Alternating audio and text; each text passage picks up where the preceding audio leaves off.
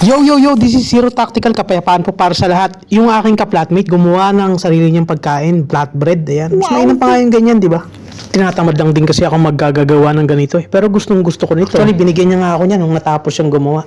Hindi naman ako humihingi. Napakabait niya. Na-amaze lang kasi ako sa kanya, kaya binidyohan ko siya. Tinanong ko siya, uy, marunong ka pala niyan? Oo raw, dahil tinuruan siya ng mga ka-flatmate niya dati sa dati niyang trabaho.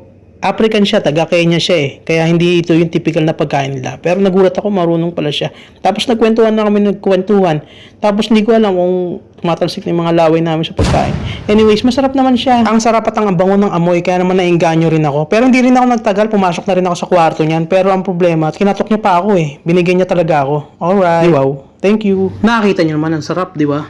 Bagong-bago, bagong hango. Masarap itong i-partner sa mga chicken curry, beef curry, mga ganun. Masarsa, no? Pero ayaw niya, gusto niya raw tsaa lang, tsaka yan. The best na. Alright. Dagdag mantika pa siya konti. Gamit niya dyan, corn oil eh. Wala lang, sinabi ko lang.